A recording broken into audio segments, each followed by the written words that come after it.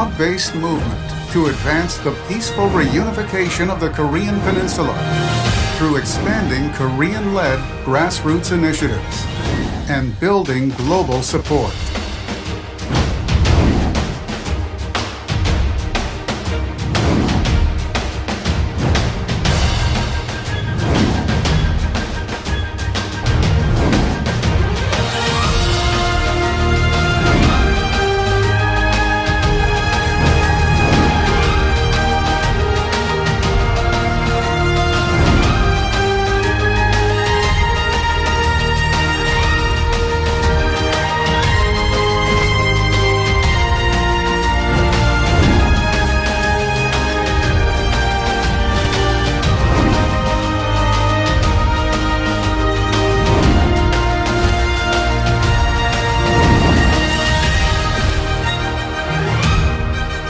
All in for a free, united Korea, benefiting the world.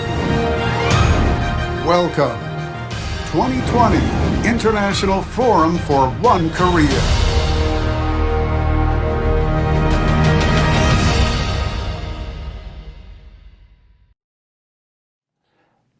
안녕하십니까. 광복절 75주년 축하드립니다. Welcome to this International Forum in One Korea on the historic occasion of Korea's Liberation Day.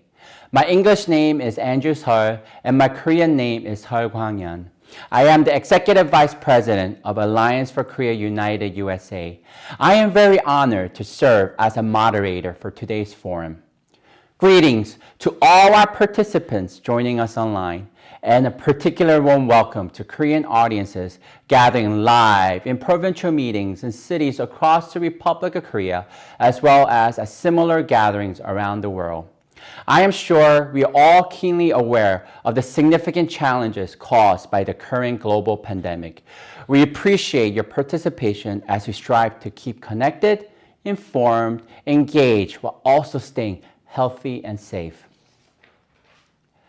I want to especially thank all our speakers for making special effort to participate in this forum during such times and for making the necessary accommodations to share their perspectives with us in this virtual convening. The Global Forum is co-convened by Action for Korea United, the Global Peace Foundation, and Alliance for Korea United USA under the theme Realignment Amidst Global Changes, New Opportunities for Free and United Korea.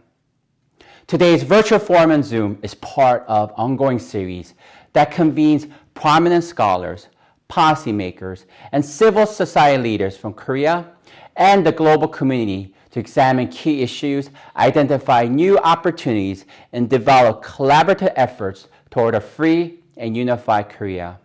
To start us off, please welcome Honorable Dr. Chun-Won Kim, the co-chairman of Action for Korea United.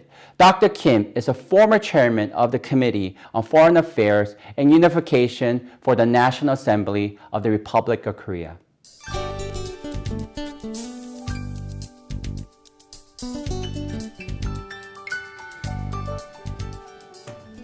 Hello, ladies and gentlemen.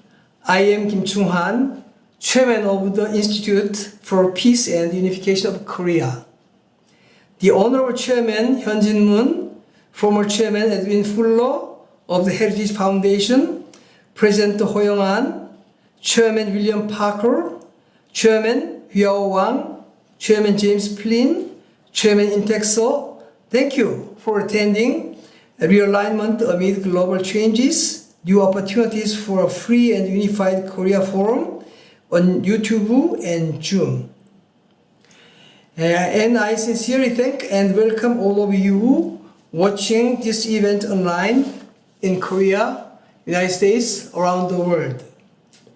We Koreans have prayed and made great efforts for peaceful unification of the two Koreas, which have been divided for 70 years. But we still have no concrete and positive prospects for reunification of two Koreas. In South Korea, we have 35,000 North Korean defectors since the 1990s. They had fled North Korea at their lives' risk. Please help and pray the North Korean defectors to reunite with their loved ones as soon as possible.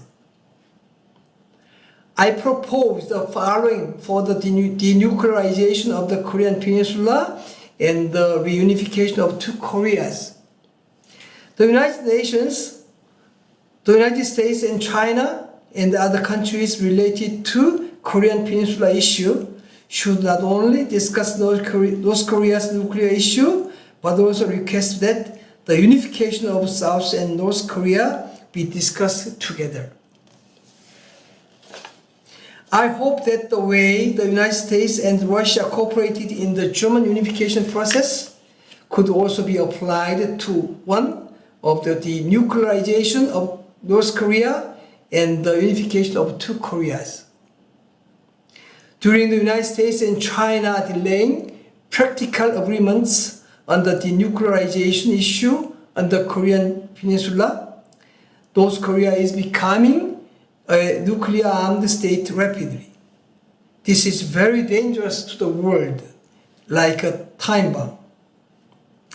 In order to denuclearize North Korea, the countries concerned must keep the UN resolution, and the United States and China should fully agree and cooperate on this issue. I hope that today's forum, attended by prominent Korean issue experts from the world, will provide a new and innovative way to denuclearize and unify the Korean Peninsula. Thank you. Thank you, Dr. Kim. Now let us welcome the International President of the Global Peace Foundation, Mr. James P. Flynn, in Washington, D.C.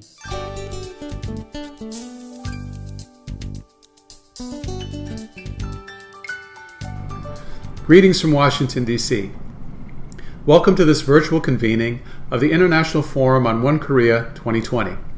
The Global Peace Foundation is proud to join with Action for Korea United, Alliance for Korea United USA, and other partners in organizing this important forum, convened in conjunction with the 75th Korea National Liberation Day. We greatly appreciate all who are participating today. Thank you, Chairman Chung-Won Kim, for your remarks, and Mr. Andy Sol for your able moderating. I also want to appreciate our featured speakers for this forum. Dr. Henry Wang of the Center for China and Globalization, Ambassador An Ho-young, Dr. William Parker of the East-West Institute Board, Dr. Edwin Fulner, founder of the Heritage Foundation, and Dr. Hyunjin Preston Moon, founder and chairman of the Global Peace Foundation. Today, the world faces dramatically new and challenging circumstances. The unprecedented COVID-19 pandemic is reverberating around the world with far-reaching implications. Intensifying U.S.-China relations, unresolved urgent security issues on the divided Korean Peninsula, and many other regional and international crises are impacting the global order. Such circumstances call for fresh perspectives and comprehensive new strategies. The theme of our forum today, Realignment Amid Global Changes, New Opportunities for Free and Unified Korea, is both timely and relevant. The optimism in 2018 and 19 for major breakthroughs in finally resolving the divided Korea has evaporated. The geopolitical landscape now is dramatically different from just 1 year ago. Yet this tumultuous time of realignment can also open significant new opportunities. The distinguished speakers in today's forum will provide expert analysis and valuable insights on such opportunities to advance the cause of a free and unified Korea. Over the past decade, Action for Korea United, Global Peace Foundation, and partners have been actively building momentum for Korean-led, principled unification with international support. A unified Korea that upholds freedom, human rights, and the rule of law is not a distant dream, but an urgent, immediate priority. With the Korean Dream framework, together we can build a movement that can end the tragic division of the peninsula, unleash the great economic potential of a unified Korea, and foster a new era of peace and prosperity. Again, thank you for joining this important forum. We hope the contents will inform, inspire, and motivate you to participate in fulfilling one dream, one Korea, one world. Thank you very much. 감사합니다.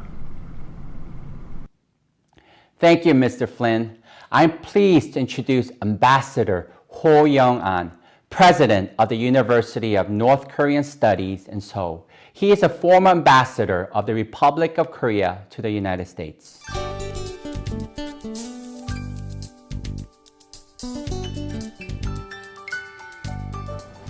Friends of One Korea Forum around the world, such a pleasure to see you once again.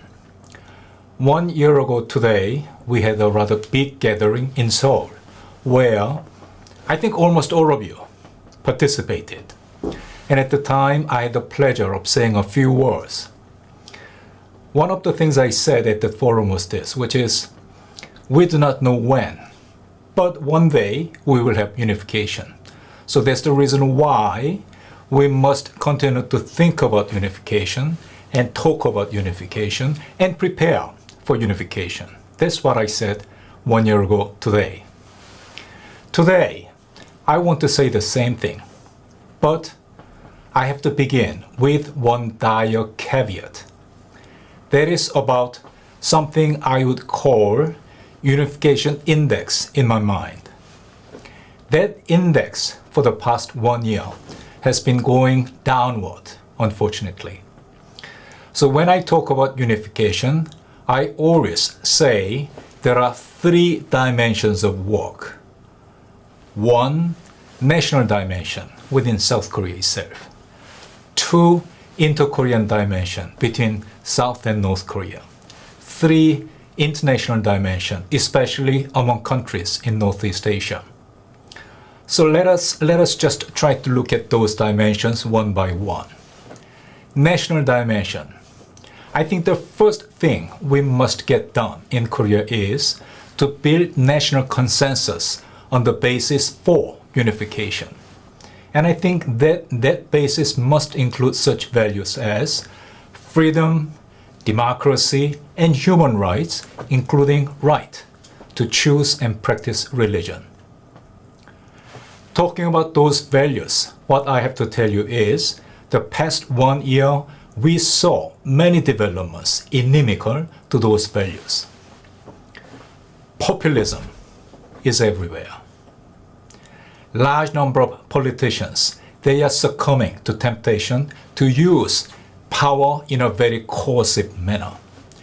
Nationalism of virulent, aggressive, and hostile type, again, is spreading around the world.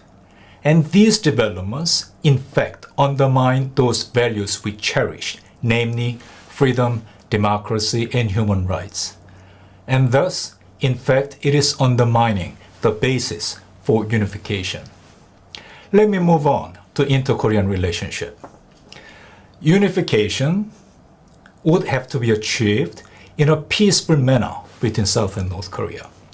If it is to be achieved in a peaceful manner, it in fact should be based upon respect and good faith between South and North Korea. So I just look upon my own government, Moon government. I don't think there is any shortage of respect and good faith from the South Korean government to North Korea. Unfortunately, North Korea is not reciprocating it. If anything, it continues to threaten South Korea with military provocations. It continues to pillory South Korea with contempt. Last June, it even bombed and destroyed Inter-Korean Liaison Office, which in my mind was a symbol of exchange and communication between South and North Korea.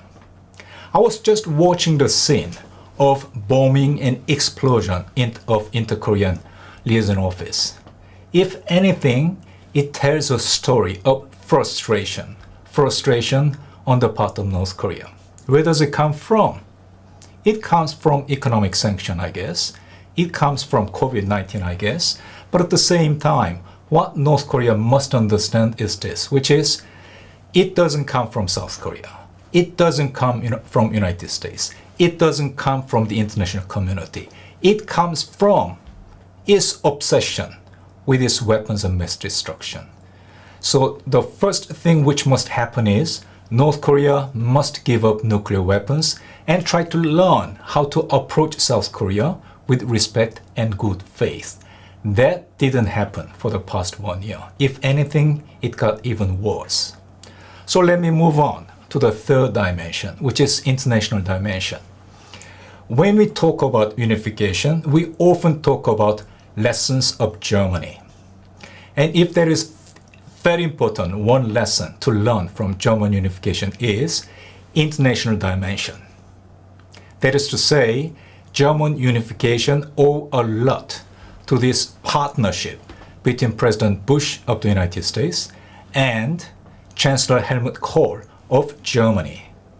It's an illusion to think that that would have been possible without this partnership and without this common understanding among all the important nations related with German unification. So let us think about international relations in our part of the world, in Northeast Asia. Interstate relations in our part of the world, that unfortunately for the past 1 year has been moving from bad to worse. And this COVID-19, which is ravaging the whole world for the time being, it doesn't help. So let us just try to put them together. National dimension, inter-Korean dimension, and international dimension. For the past 1 year, as we already taken a look, things moved in a wrong direction. So that is the reason why I said, well, let's just try to be fair. Things have moved in the wrong direction for the past 1 year at all those important dimensions and levels. Am I worried? Yes, I am. But at the same time, it doesn't stop me from believing one day we will have unification. So that is the reason why I tell you we must keep on thinking about unification, talking about unification, and taking action to prepare for unification. That's what we have been doing all the time. That's what we will have to do for the coming 1 year. And next year, let me hope that all of us will be able to get together, well, not online, but offline for another big gathering among us and try to compare our notes. So until then, take care, be safe, and God bless you all. Thank you so much. Thank you, Ambassador An, for your encouraging message to keep thinking, talking, and acting for our shared dream of unification for true freedom, democracy, and human rights for all Koreans. Hope we can meet in person next year at a big celebration of our progress. Our next speaker, Dr. Huiyao, is a founder and president of the Center for China and Globalization in Beijing, a top non-government think tank in China. China's premier appointed Dr. Wang as a counselor of the State Council of China. Welcome, Dr. Wang.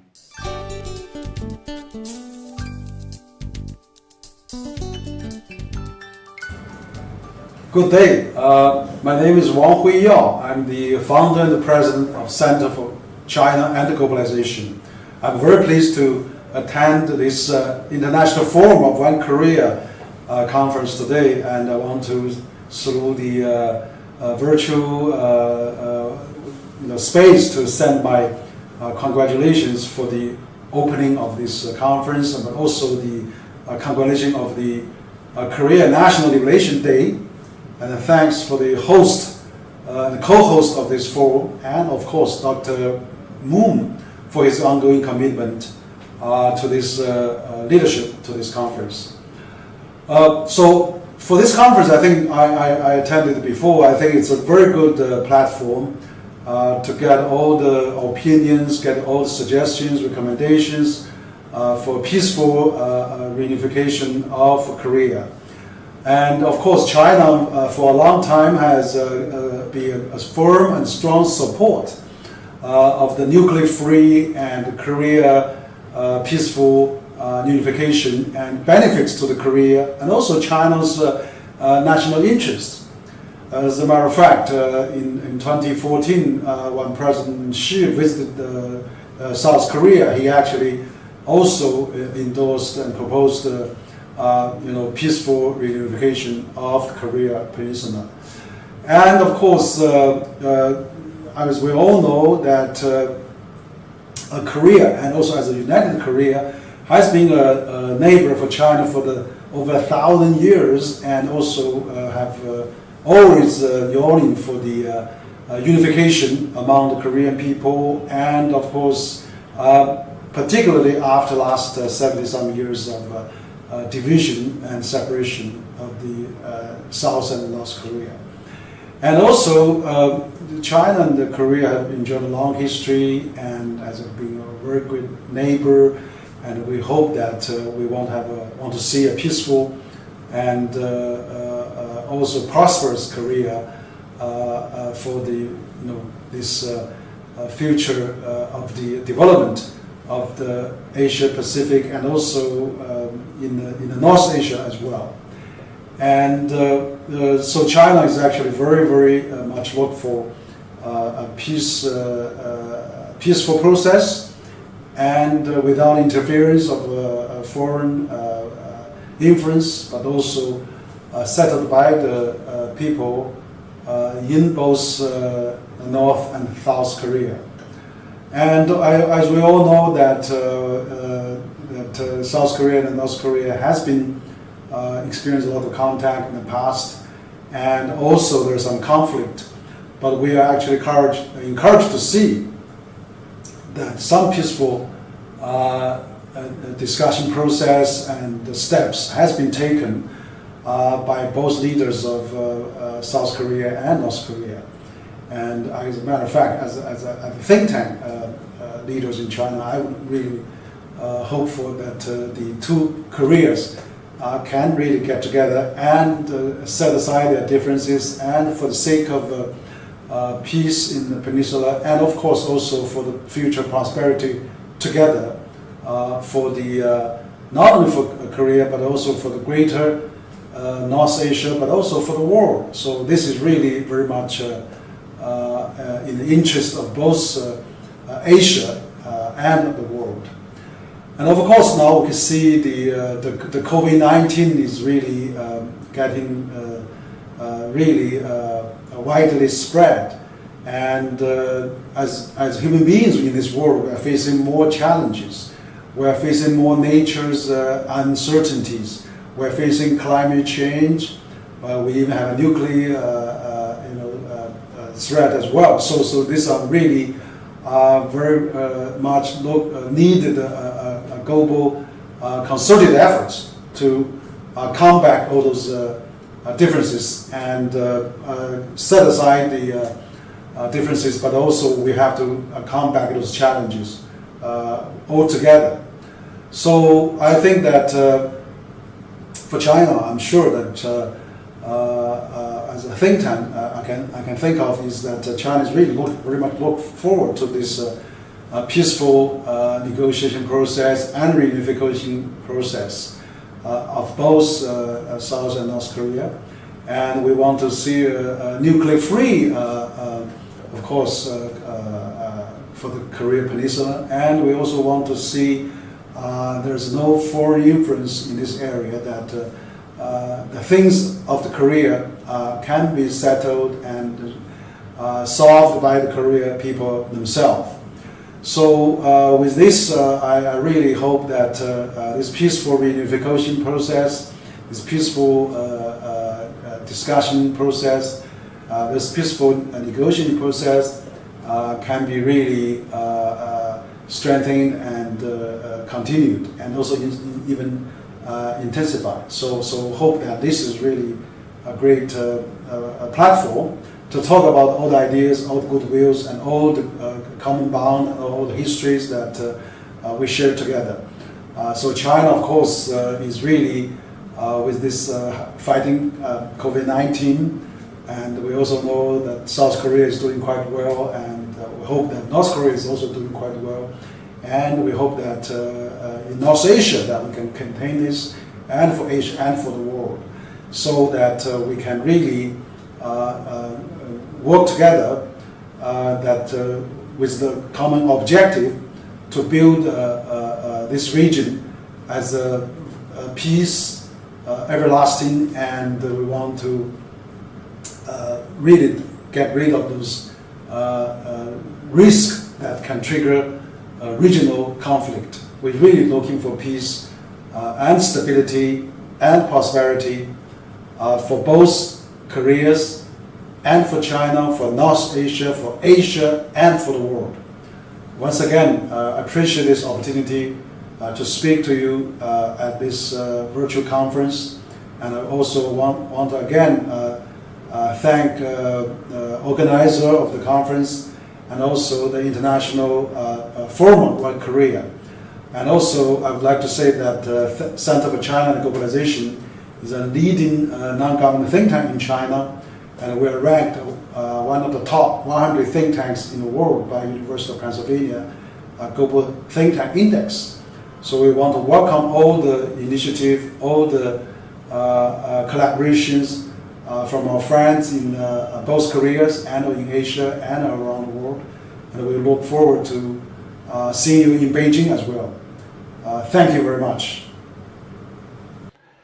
Thank you, Dr. Wang, for your thoughtful remarks. We appreciate China's clear support to Korean-led, nuclear-free, and peaceful unification of the Korean Peninsula. The free and unified Korea will surely be a good neighbor of all and contribute to peace and prosperity in Northeast Asia and the world. Next, we will hear from Dr. William Parker III. He's a board director and past president and CEO of the East-West Institute, headquartered in New York. A former senior U.S. naval officer, Dr. Parker is a highly respected global security strategist. Welcome, Dr. Parker.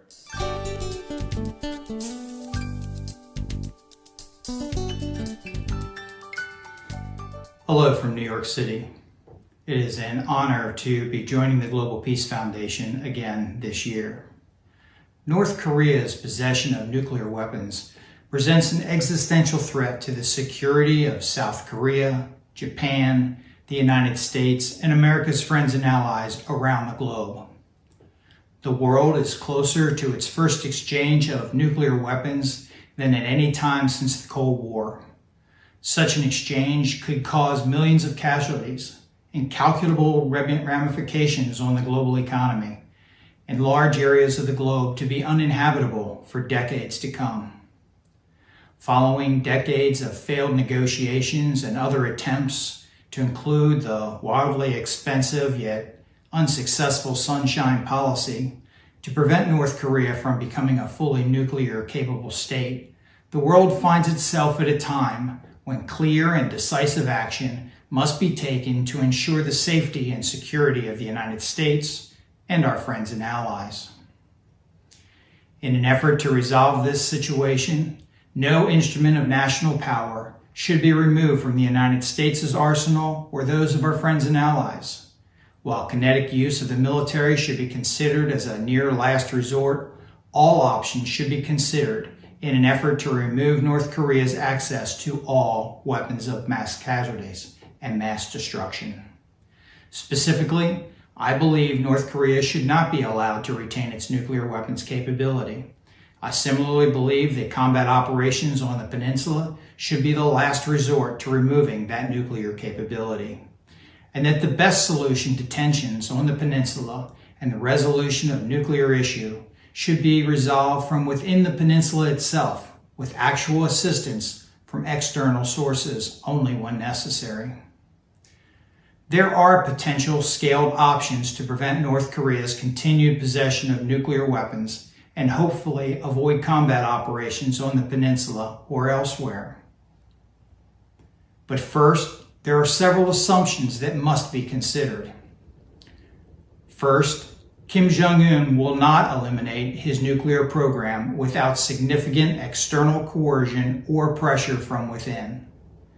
Second, Kim Jong-un will use all means at his disposal to remain in power, These means include the use of weapons of mass destruction, to include chemical, biological, radiological, nuclear, and high-yield explosive weapons.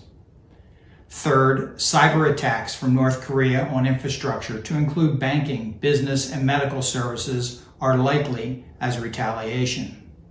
Fourth, special forces and other clandestine incursions into South Korea, Japan, Guam, and the continental United States are likely as retaliation.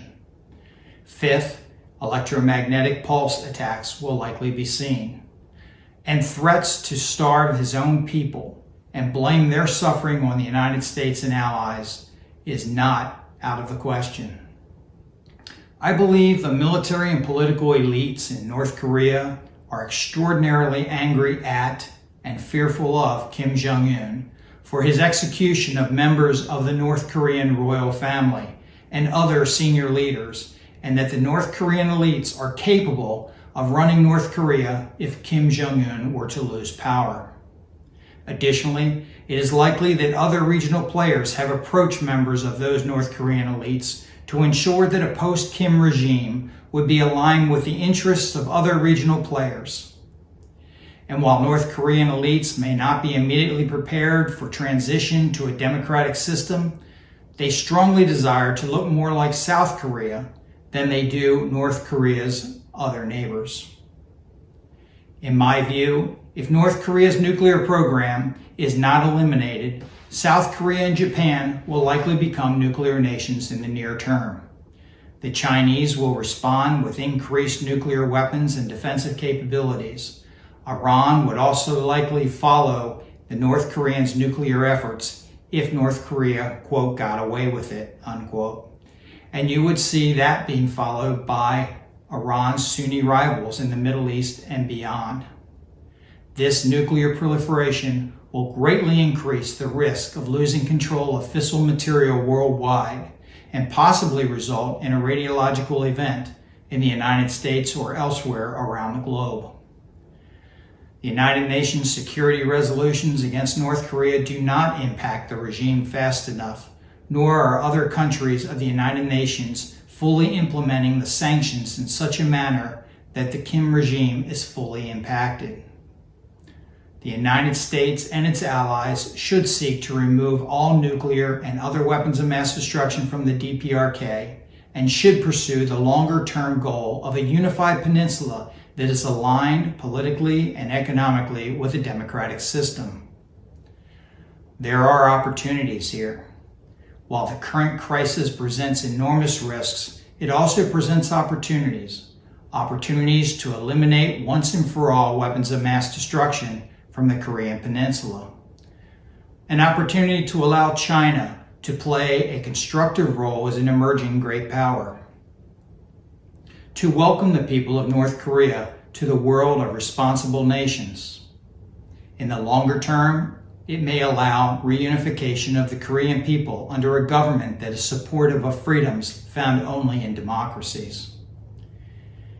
In addition to serving democratic interests and those of allies around the world and the elimination of these weapons of mass destruction and successful reunification under a democratic government, it would also significantly decrease the suffering of more than 25 million North Koreans.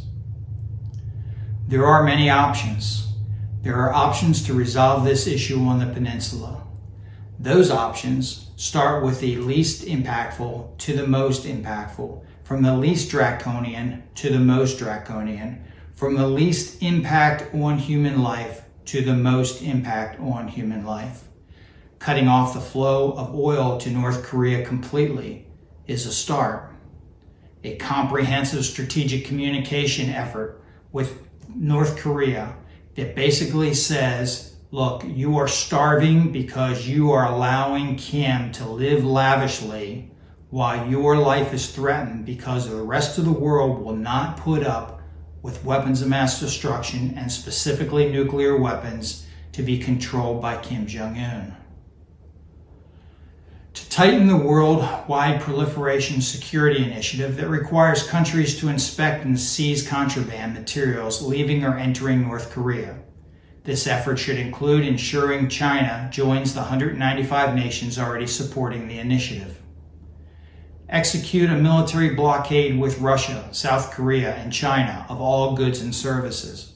Again, I want to emphasize this is in order of draconian efforts. We start out very simple and then we get more complex and more hardcore as we move down the list of items that we can take in order to impact Kim Jong-un and his regime as they control nuclear weapons today.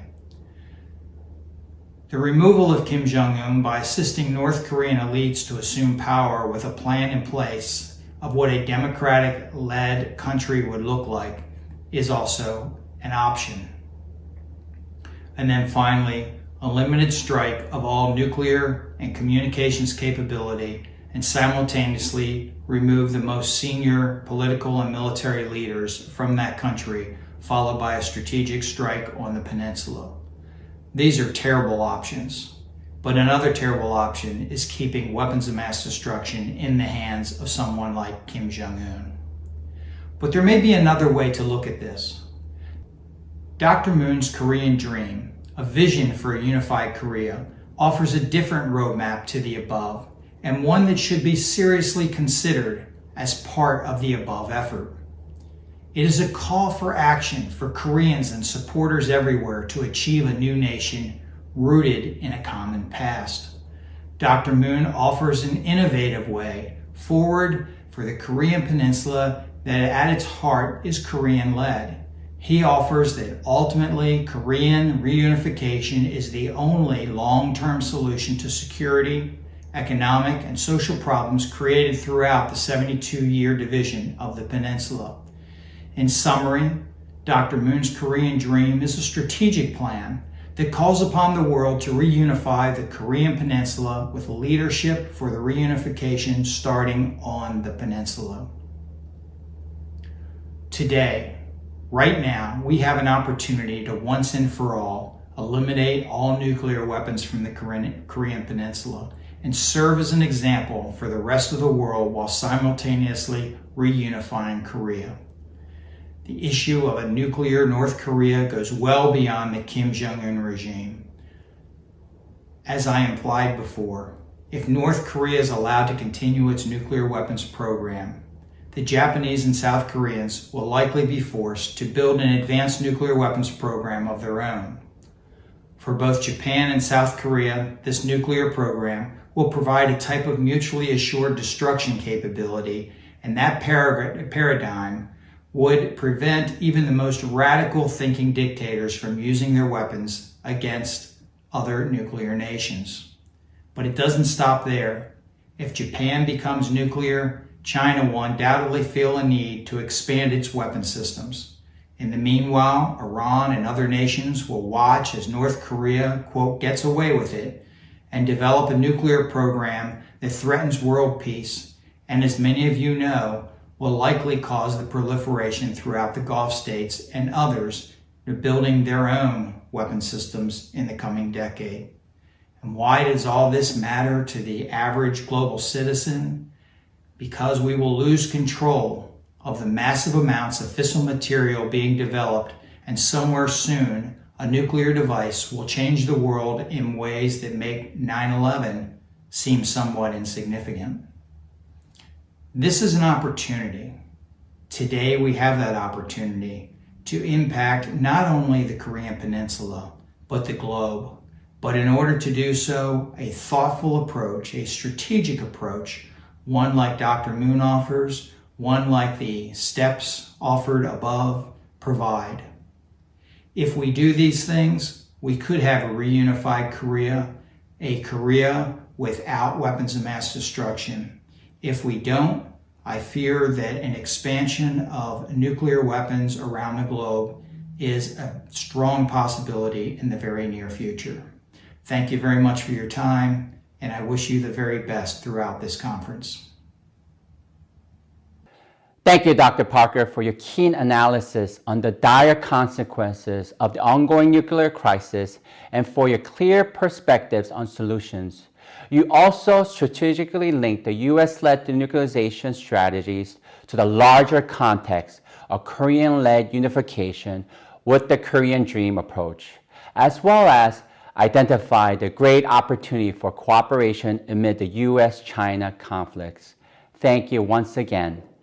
I am very happy to introduce our next speaker, Dr. Edwin J. Funer, the founder and former president of the prestigious Heritage Foundation in Washington, D.C., which he led for nearly 4 decades, a longtime friend of Korea and champion of the U.S. ROK Alliance.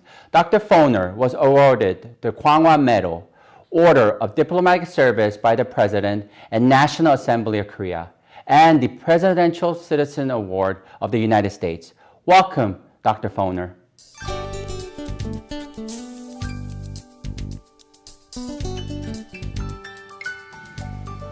Greetings to all my friends in Korea, here in the United States, and around the world on this important milestone day commemorating Korea's independence and the quest for a free and unified peninsula. My warmest regards are extended to the virtual gathering, to all those assembled leaders of Action for Korea United, to my good friend Global Peace Foundation leader Dr. Hyunjin Preston Moon, Dr. William Parker of the East-West Institute Board, and to each of you. Throughout my professional life, I've had a deep interest in Korea and a heartfelt connection with its people. I believe that today Korea stands at an important transition point. While the peninsula remains divided, this forum is examining new opportunities for a free and unified Korea as we witness global changes and new emerging alignments in 2020 and beyond. In this context, the U.S.-ROK-Japan alliance must remain strong as an important foundation for peace and prosperity in Northeast Asia. More than ever, scholars and policy experts, faced with the failure of past efforts to improve the situation on the peninsula, see Korean unification as the necessary way forward, even though it will be challenging to achieve. It makes Dr. Hyunjin Preston Moon's book, Korean Dream, recently re-released in observance of the centenary of Korea's 1919 Semil independence movement, most timely. One of the most noteworthy and original aspects of Korean Dream is its emphasis on the importance of an overarching vision for a unified Korea, and then the principles that should guide that vision, and the need for a vigorous civil society to play a central role in the pursuit of unification.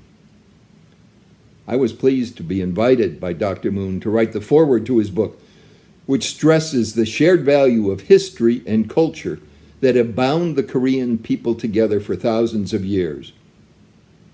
It emphasizes the principle of Hongyik Ingan, which means to live for the greater benefit of humanity, a principle that is associated with the very origin of the Korean nation. This principle has served as an inspirational ideal and a moral touchstone throughout the course of Korean history. It highlights the need to move the pursuit of unification outside the exclusive sphere of government to engage the support of the Korean people as a whole. Dr. Moon examines in the first instance the people of South Korea, followed by Koreans in the diaspora, particularly in the United States, as well as in Japan and China. Civil society organizations are the instruments that are central for creating this engagement. I have long been an advocate of the importance of the private voluntary associations that form civil society and that are the expressions of a healthy, vibrant democracy with widespread citizen involvement. The mobilization of citizen groups around common principles, particularly with the common goal of unification, will have huge significance for the future of Koreans in both parts of the Korean peninsula. Dr. Moon describes the beginning of such a process through the establishment of Action for Korea United. this coalition of organizations committed to developing a peaceful, prosperous, and united future for the Korean people. I've had the honor of participating in a number of meetings of this organization, and I can attest to the energy and hope generated as a unifying set of principles that can be translated into practical initiatives. I congratulate all of the AKU grassroots leaders in Korea and across the diaspora in your steady progress and presence on this anniversary of Korean independence. Finally, it's my conviction that the bedrock of a successful civil society is belief in a divine being, and that this belief forms a basis for principled human interaction. That's also the view expressed in Dr. Moon's Korean Dream book, as it looks to the foundations for peace in the future, not just on the Korean Peninsula, but in the wider world as well. And so today, I salute and join you in this task in support of the destiny of the Korean people to live in freedom and prosperity as one nation, furthering peace throughout Northeast Asia and the world. 감사합니다. Thank you, Dr. Foner, for once again contributing your significant insights and leadership for the cause of a free and unified Korea. Your emphasis on the important roles of civil society is particularly relevant, giving valuable encouragement to the many activists and grassroots leaders participating in this forum who are dedicated to the cause of a free and unified Korea. Thank you again, Dr. Foner. Dr. Hyunjin Preston Moon is a founder and chairman of the Global Peace Foundation with chapters in 23 nations around the world, promoting a values-based approach to peace building, guided by the vision of one family under God. He's the author of the award-winning book, Korean Dream, A Vision for a Unified Korea. Its new centennial edition, commemorating the 100th anniversary of Korea's Samil independence movement, is a Wall Street Journal national bestseller.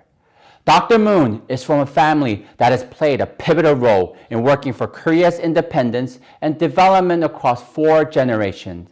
He has continued to build upon the family's legacy of patriotism for the nation and service to the world for over 3 decades.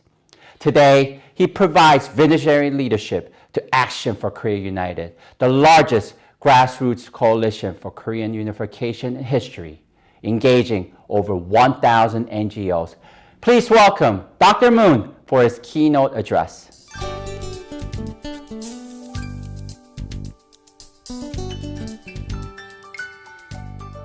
Greetings to our global audience, and thank you for your interest in the important issues on the Korean Peninsula today. I would like to thank Ambassador An Ho-young, Dr. Henry Wang, Dr. William Parker, and my very good friend, Dr. Edwin Foner, founder of the Heritage Foundation, for bringing your key leadership voices to this very important forum. Likewise, I sincerely appreciate and commend all the activist leaders participating today with Action for Korea United, Alliance for Korea United USA, AKU Japan, and other networks from around the world. Today we commemorate the 75th anniversary of Korea's liberation from colonial occupation. Japan's surrender, ending World War II, concluded a painful chapter in Korean history and should have opened the way to the realization of the Samil independent movement's dream for a united, independent, and free Korea. Tragically, that dream was buried under ideological division and the subsequent Korean War. Efforts to resolve that division proved fruitless, as the two Koreas remained locked within the geopolitical framework of the Cold War.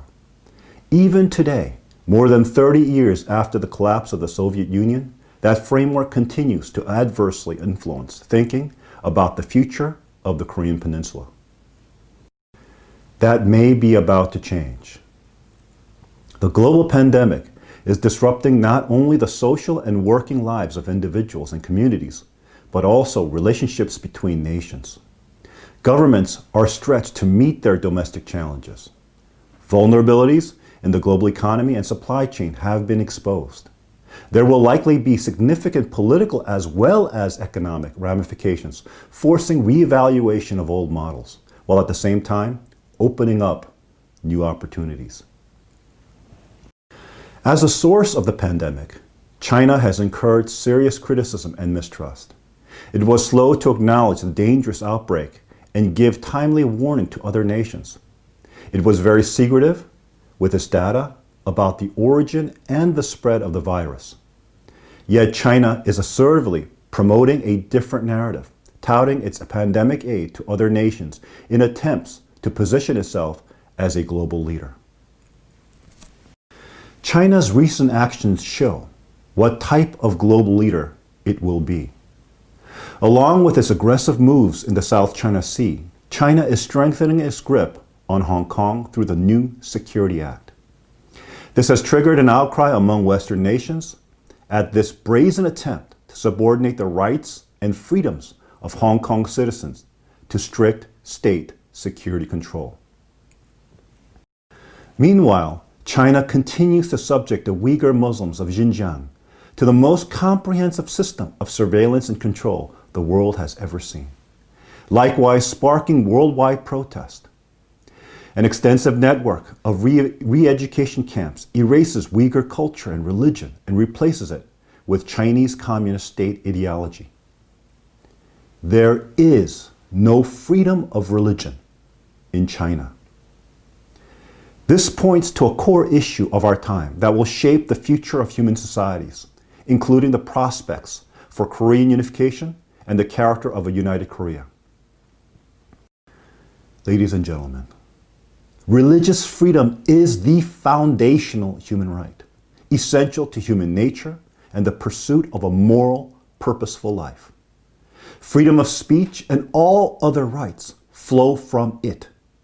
Every person has the right to follow their conscience and seek the truth, free from the dictates of any human institution or government. True freedom and true human rights are gifts from God. Because we are made in the image of God, we are, to use the language of the U.S. Declaration of Independence, endowed by the Creator with certain unalienable rights. These do not originate from, nor can be taken away by, any state or human institution. The uniqueness of the United States has been to infuse society with Judeo-Christian principles and moral values with civilizational impact. As a result, it has been a source of inspiration and hope to peoples everywhere seeking freedom and the opportunities it brings. Even when it has fallen short in practice, its founding ideals have served as a moral compass to judge American realities and guide the way forward. This is precisely what President Abraham Lincoln did in his Gettysburg Address, drawing on America's founding ideals to lead the nation through the tumultuous Civil War and to end slavery. States such as China and Russia, however, are a marked contrast. Their fundamental ideologies deny that human rights and freedoms are endowed by the Creator and are unalienable, opening the possibility for human abuse. As a result, although China has adopted some aspects of a market system, it maintains strict state control under its Communist Party and determines what rights and freedoms its subjects will be allowed. It does not recognize the intrinsic nature of those rights, without which there can be no enduring basis for liberty. It is essential that a unified Korea recognizes the transcendent source of rights and freedoms for its citizens, as is reflected in its deep spiritual heritage. Emerging from division as a new nation, it must be rooted in a firm foundation of universal spiritual principles and moral values. These form the essential bedrock for true liberty. 홍익인간, living for the greater benefit of all humanity, is the founding aspiration of the Korean people, and fulfilling it is their providential destiny mandated by God. Connected with other principles that call for the raising up of virtuous citizenry, it represents the original ethic and moral compass of the Korean nation and Korean identity. This uniquely Korean expression of universal principles was the guiding ideal for the independence movement of 1919, in a way that echoed the role of the Declaration of Independence in the American experience. It remains profoundly relevant to Korea's challenges today. It forms the basis of what I call the Korean dream and have explained in my book of that name. It describes a vision for a unified Korea with origins long before the sufferings under colonial rule and the division of 1945. As a result, I believe it has the power to unite the factions of left and right in the South, and ultimately Koreans in both North and South on the basis of a shared historic identity and a common, noble national vision and purpose.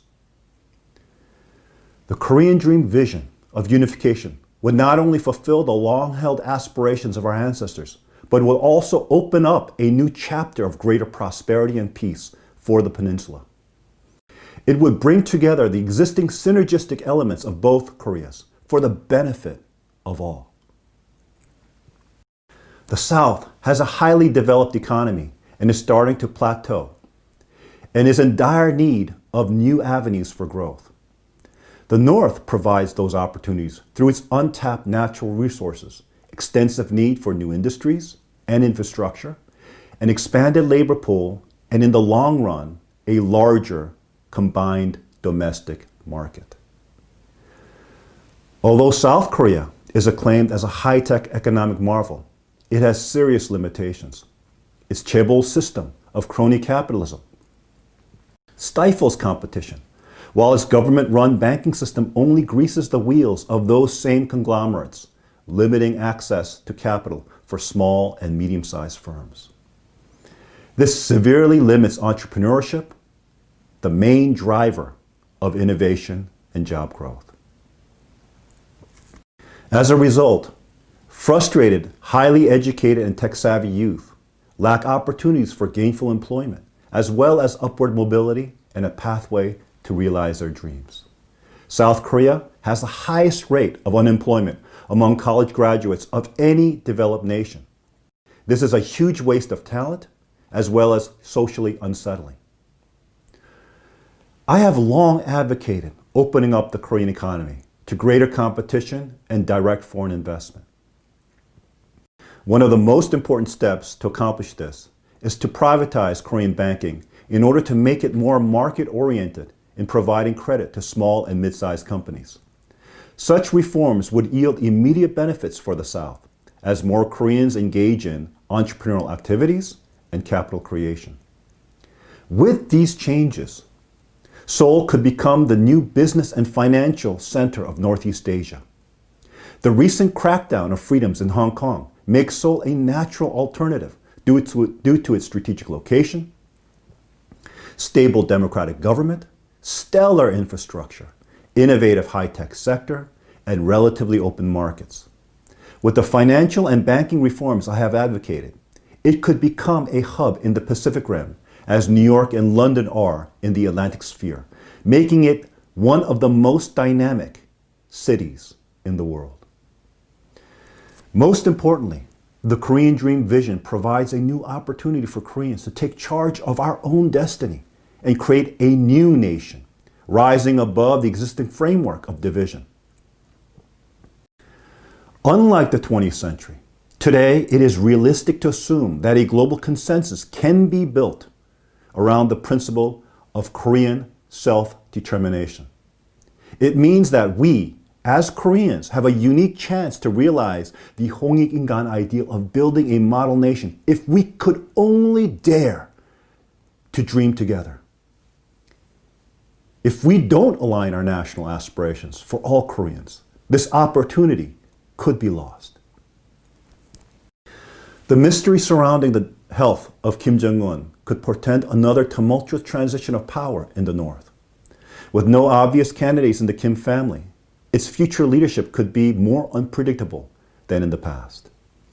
Instability during a transition could lead to Chinese intervention in North Korean affairs. Does the North really want to tie their future to an increasingly assertive China, whose policies are generating growing opposition in the world? Are they ready to slide back to the status of a tributary state as Korea was under the Chinese Empire? South Korea needs to address these same issues. Given China's statist ideology and recent actions, the Moon administration needs to rethink its current move towards China and away from its traditional alliance with the United States and Japan. The South's best guarantee against the ever-present Chinese threat is its tripartite partnership and its intermediary role between China and the democracies of the First World. If the South manages its growing geopolitical position wisely during this period of transition in Northeast Asia, it could benefit the Korean people greatly. Although the Moon-Kim and subsequent Trump-Kim summits of 2018 and 2019 have proved fruitless, they did expose the faulty assumptions about how to achieve denuclearization and peace. At the time, I noted that Moon's engagement with the North was nothing more than a new variation of the failed Sunshine Policy of his ideological predecessors, and I predicted that it would fail. I also strongly warned the United States against engaging in bilateral talks with the North on the narrow issue of denuclearization, since Kim would never abandon his nuclear program. It was no surprise then that both initiatives failed and set the stage for worsening relationships with the North. The sobering conclusion is that intergovernment initiatives driven by narrow interests and short-term goals have reached a dead end, and there is no prospect for further progress. A new, more comprehensive and long-term solution is necessary that will bypass entrenched positions of the past. It is important to understand that both North and South Korea profess that a united peninsula is their long-term goal, although they have diametrically opposed views of both the process and the outcomes of unification. However, both do agree on the principle of Korean self-determination. These underlying assumptions should be considered in developing a larger strategic solution to the problems of denuclearization and peace.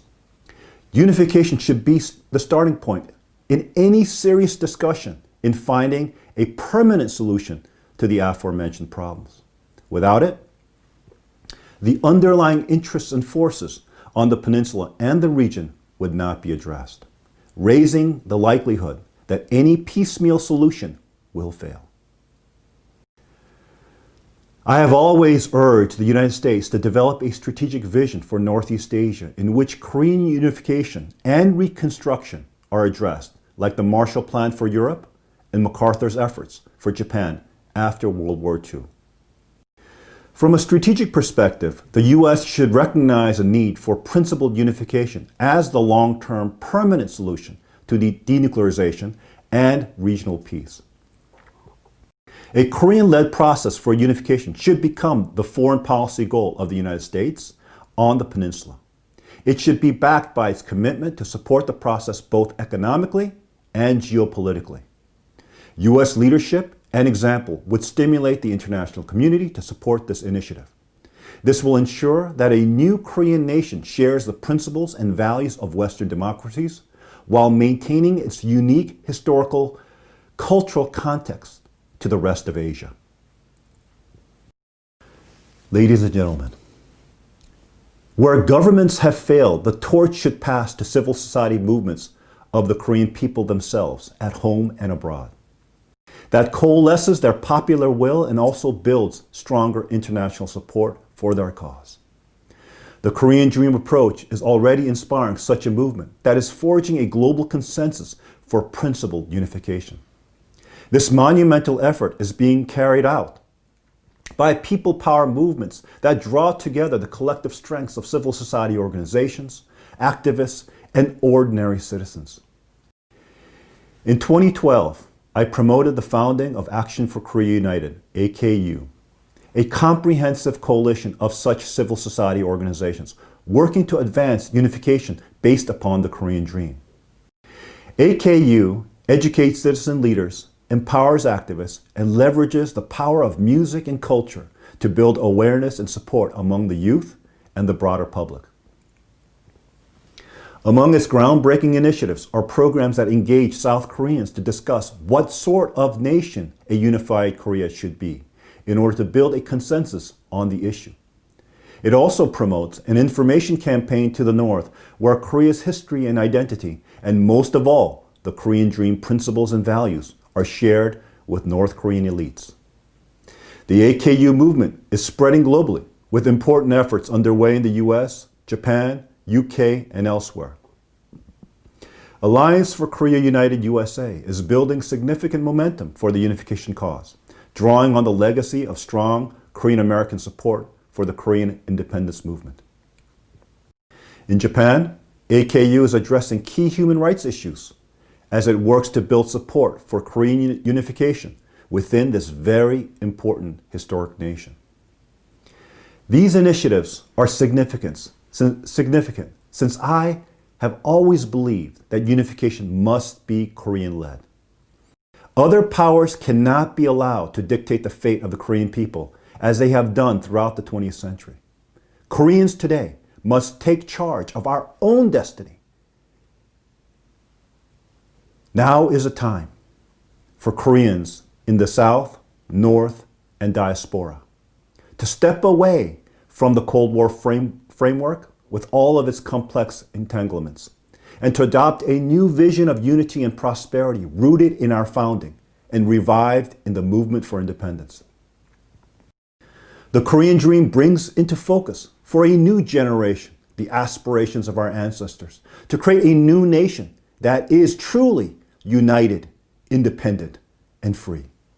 Through it, they can heed our forefathers' call and fulfill our national destiny. It is a vision that can inspire every Korean with pride and determination to work for its achievement, finally ending the history of division and opening a new era of peace and opportunity for our people and the entire human family. On this 75th anniversary of Liberation Day, let us reflect on the hopes of our ancestors in 1945 and make a solemn pledge to ourselves, our families, and our countrymen to seize the opportunity of this moment and realize their dream of Hongik-ingan by creating a model nation that can truly serve all of humanity. Ladies and gentlemen, may God bless you and your families. Thank you very much. 감사합니다. Thank you, Dr. Moon, for your inspiring message reminding us of the power of vision and the central truth that our rights are endowed to us by God and not granted to us by any government. The Korean Dream provides such a timely and hopeful approach to finally end the division of the Korean homeland. Thank you. Today, many participants have joined from the Republic of Korea, as well as many other nations around the world. We would now like to see some of the many groups gather from those countries.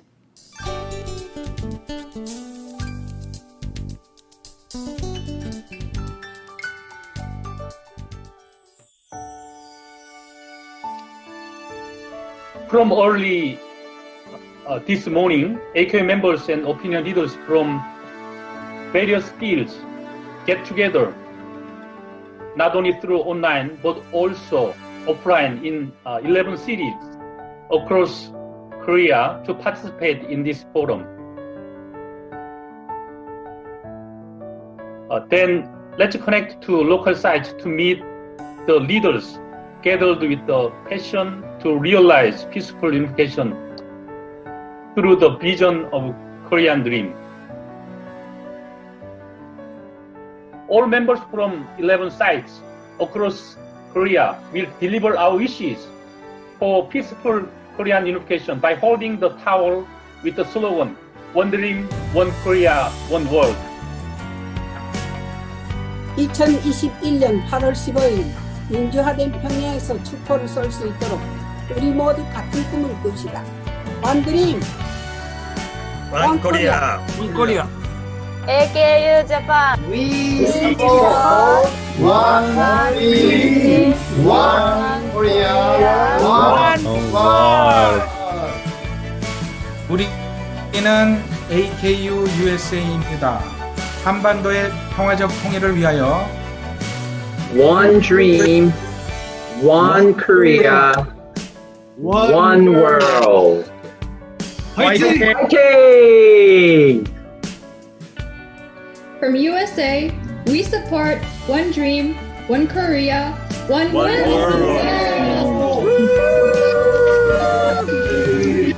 We all from Mongolia will support one dream, One Korea, one world. Baiklah. India supports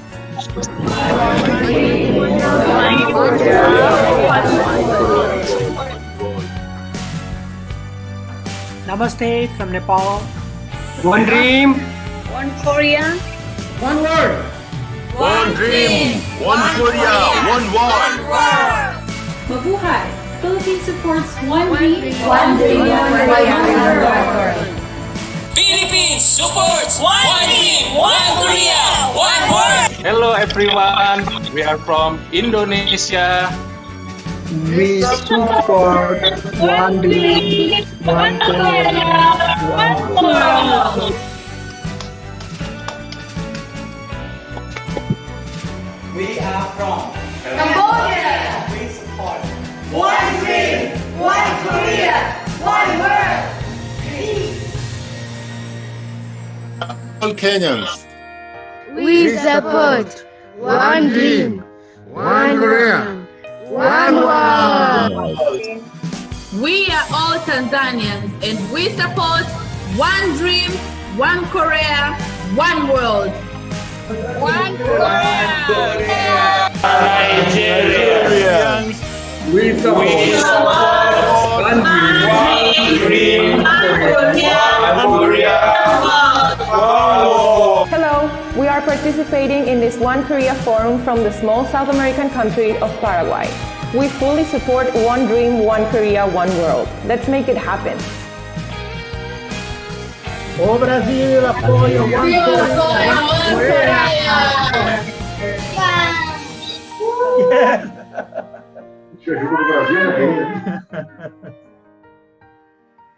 Thank you. I am so moved to see many people around the world joining today's forum and supporting One Dream, One Korea, One World. The following video introduces Action for Korea United's many initiatives to build broad support for unification, as well as the activities of the One Korea Global Campaign. We hope you will feel and share the growing passion for unification of Korea and resolve to take initiative in support of unification in your own area of endeavor.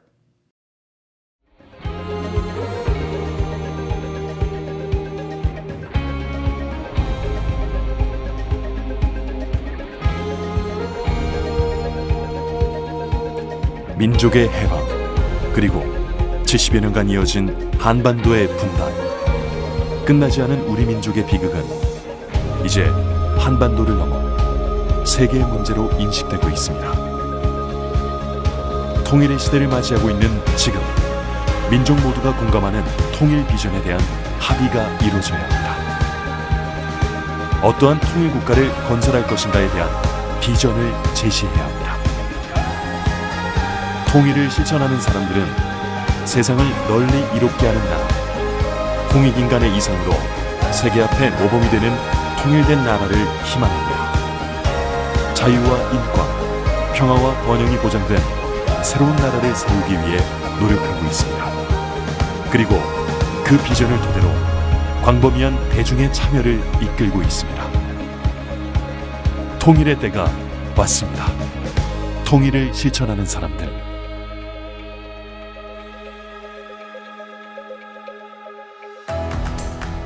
통일을 실천하는 사람들은 홍익인간의 이상을 중심한 코리안 드림을 비전으로 삼고 2012년 창립되었습니다. 그리고 통일 한반도의 비전을 확산하기 위해 3대 실천 방향을 설정하고 원K 글로벌 캠페인을 펼쳐나가고 있습니다.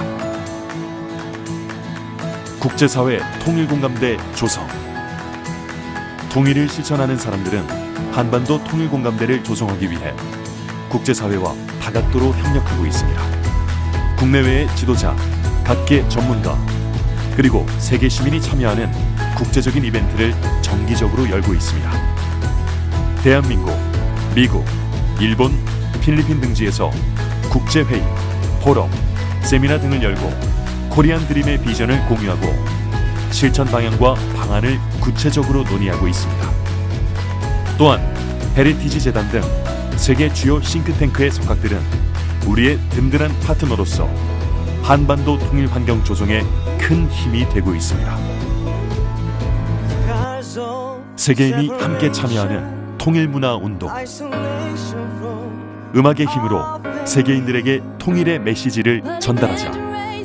하나의 아이디어로 시작한 우리의 통일문화운동은 작곡가 김영석과 K-팝 스타 그리고 각계 인사들을 한자리에 모이게 했습니다. 우리는 새로운 통일의 노래를 만들고 2015년 서울 수만 명의 대중이 함께하는 원K 콘서트에 막을 올렸습니다. 새 시대 통일의 노래는 하나의 마음으로 불리워졌고 한반도를 넘어 세계로 나아갔습니다. 세계적인 듀오 프로듀서 지미 잼과 테리 루이스도 우리의 뜻에 공감하고 통일 비전을 세계에 알리는 데 앞장섰습니다. 그리고 필리핀 마닐라의 대형 스타디움에 모인 마닐라의 시민들은 한반도 통일 메시지에 뜨거운 지지를 보냈습니다. 2019년 3.1운동 100주년을 기념해 우리는 민간 주도로는 최초로 대한민국 국회에서 원K 콘서트를 개최했습니다. 문화의 나라, 남북이 하나 된 나라, 세계 평화를 이루는 모델 국가, 선조들이 꿈꾸고 실현하고자 했던 그 정신을 되새기는 축제의 날을 만들었습니다. 3.1운동 100주년의 기운은 8.15로 이어졌습니다. 74주년을 맞이한 광복절, 우리는 전국에서 모인 2만여 시민들과 한반도 통일운동의 실천을 결의했습니다. 그리고 한민족 모두의 마음속에 이어져 왔던 100년의 꿈을 되살리는 무대를 만들었습니다. 민간 주도의 생활형 통일운동. 광범위한 대중의 참여는 한반도 통일운동의 가장 큰 동력입니다. 지역사회 곳곳에서 통일을 실천하는 생활형 통일운동은 통일을 실천하는 사람들의 구체적인 실행 방안입니다. 우리는 시민들의 삶 속에서 코리안 드림의 비전을 나누고 실천할 수 있는 프로그램을 지속적으로 개발하고 운영하고 있습니다. 우리의 목표는 한반도 통일이어야 합니다. 공통의 목적인 한반도 통일 실현을 위한 광범위한 시민의 참여를 이끌어야 합니다. 남북 주민과 해외 동포, 그리고 세계 시민이 참여한 원K 글로벌 캠페인은 앞으로도 지구촌 곳곳으로 확산될 것입니다. 위대한 사회 변혁은 시민들의 적극적인 참여를 통해 이루어집니다. 통일의 때가 왔습니다. 코리안 드림 실현을 통해 세계 앞에 모범이 되는 통일 한반도를 만들어 갑시다. 통일을 실천하는 사람들.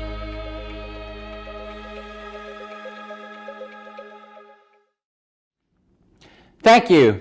Next, we have a very special treat, the debut of a new unification song using the universal language of music to inspire support and passion for the unification of our Korean homeland.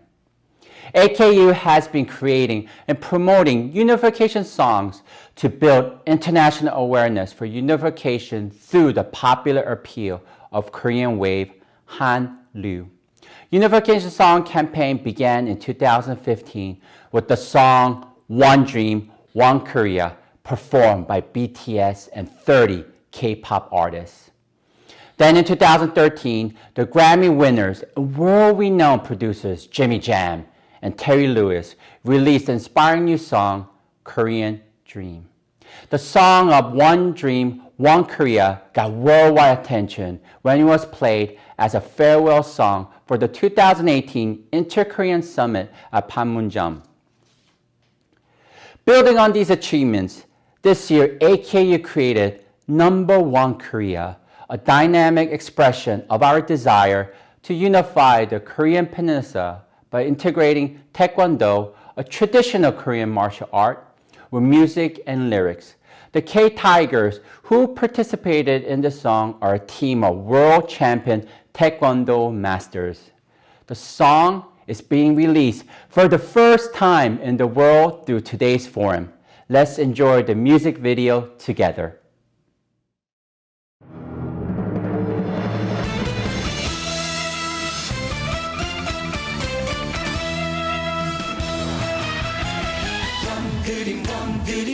코리아 원 드림 원 코리아 원하면 다 되는 넘버원인 나라 원 드림 원 코리아 원 드림 원 코리아 정으로 다 함께 뭉쳐 사는 나라 달라진 마음을 보듬고 감싸 안고 좌우에 날개로 날아라 새처럼 헐헐 힘차게 헐헐 세계로 헐헐 더 높이 헐헐 더 멀리 원 드림 원 코리아 원 드림 원 코리아 원하면 다 되는 넘버원인 나라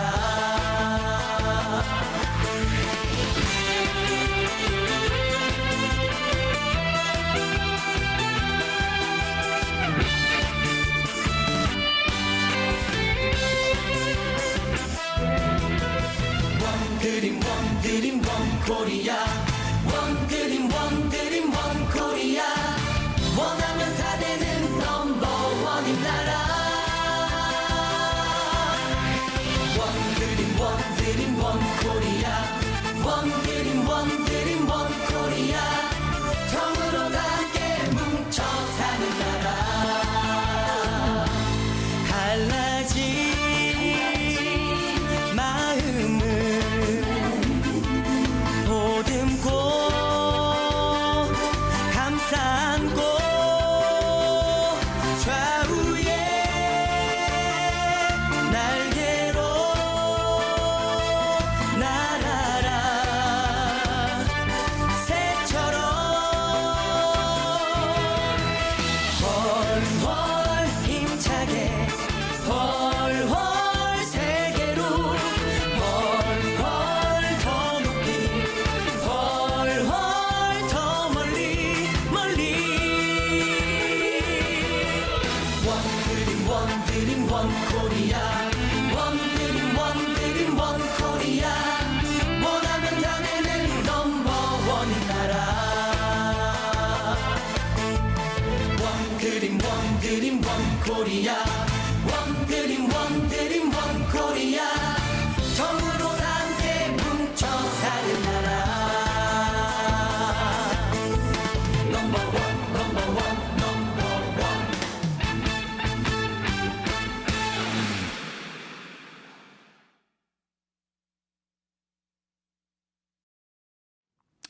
Thank you. I think this song, with the dynamism of Taekwondo, well expresses the desire of Koreans for unification of our homeland.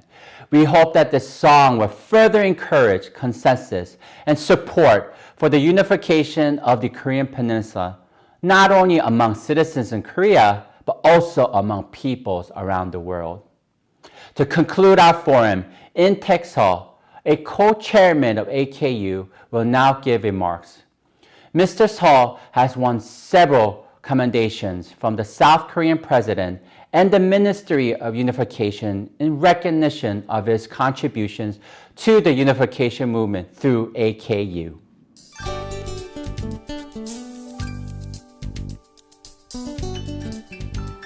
Hello everyone.